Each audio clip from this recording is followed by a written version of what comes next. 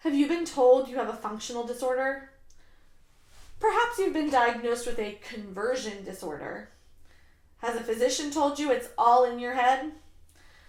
Over the years, I've seen numerous patients express their frustration over a functional diagnosis. Many feel dismissed by the diagnosing physician. In some way, shape, or form, they've been told their problem is in their head.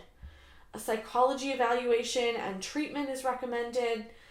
The patient leaves the doctor's appointment feeling angry, confused, frustrated, and dismissed.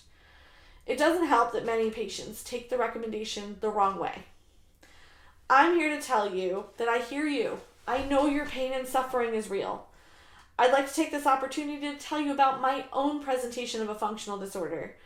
And if you stick around to the end, I'll also give my explanation of what a functional disorder is and why you should seek professional services to improve your quality of life.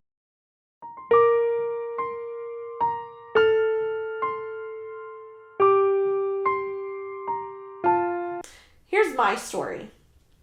In late July of 2010, I was anxiously anticipating moving to Iowa to pursue my second master's degree in speech pathology. One day I was feeling particularly stressed. I started to develop a terrible case of hives. I went to my primary care nurse practitioner and I said, I know this is probably related to my stress level. I'm sure it's all in my head. She replied, Stacy, it may be all in your head, but it's manifesting itself in your skin. So let's treat your skin. I arrived in Iowa a few weeks later. I was still taking the antihistamine she gave me, but no longer covered in terrible blotchy patches of hives. So let's talk about how does a functional disorder start. Stress can present itself in many forms. There's physical stress, emotional stress, environmental stress, that kind of stuff. Our brains have to figure out how to maintain all of our systems in the presence of stress. Sometimes, while trying to maintain one system, our brains cause the other systems to go haywire. The brain is in charge of so much. When too much stress is present, the subconscious portions of the brain pick and choose what's the most important process. Other times, the brain notices something is wrong in the body and tries to fix it. Sometimes it does this by sacrificing a different system. After a while, the brain starts to view these changes it's made as normal. The brain starts to use the new pathways in place of the previously normal pathways. So let's define a functional disorder.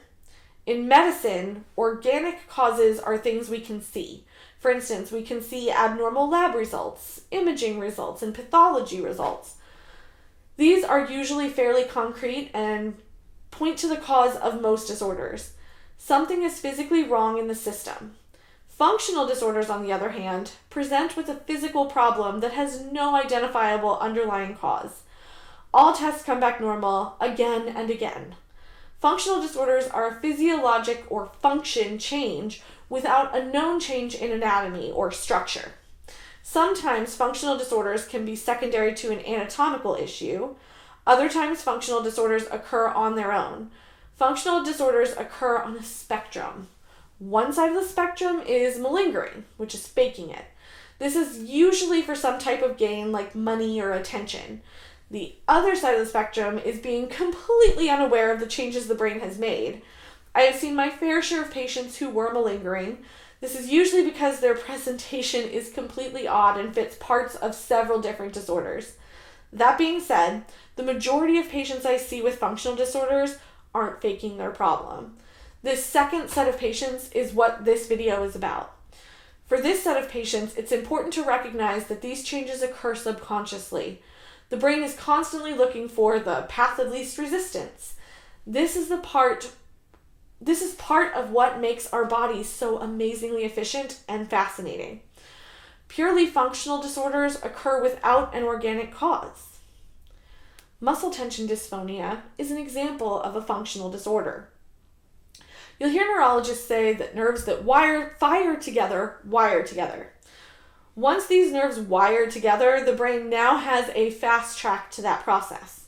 Muscle tension dysphonia is a functional disorder of the voice. You can read more about muscle tension dysphonia in a separate blog post, and I'll put a link in the comments below. Some kind of change or a stressor occurs to the voice, like swelling from lots of coughing.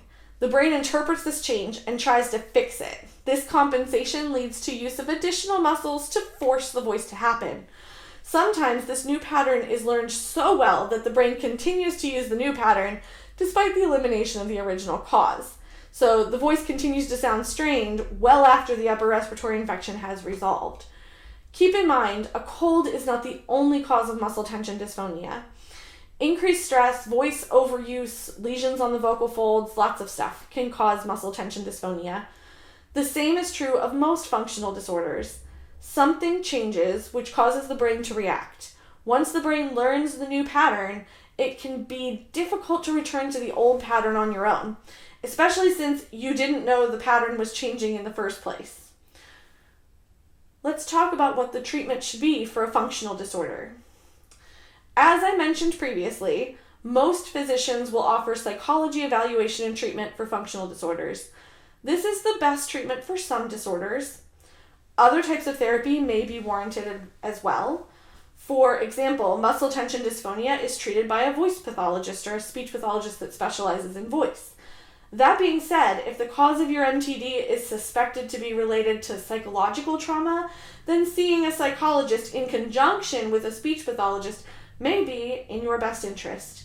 In other cases, functional disorders, seeing a physical or occupational therapist may be your best route.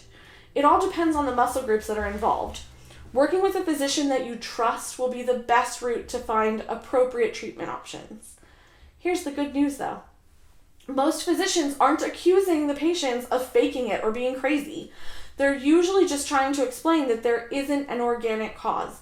There isn't a tumor or abnormality they could find to cause your symptoms. This is excellent news. It means there's no need for surgery or other medical treatments that could cause additional side effects. Treatment is important.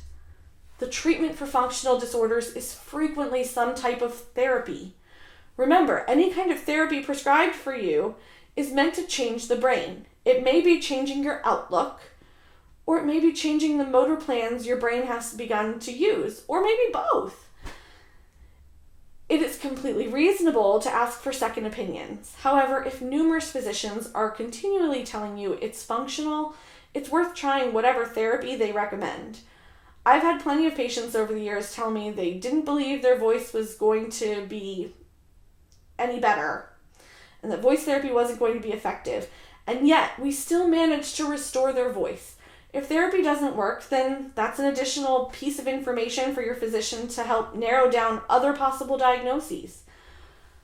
I wish you success in your wellness journey. I'm Stacy Menton, and I look forward to seeing you in the next one.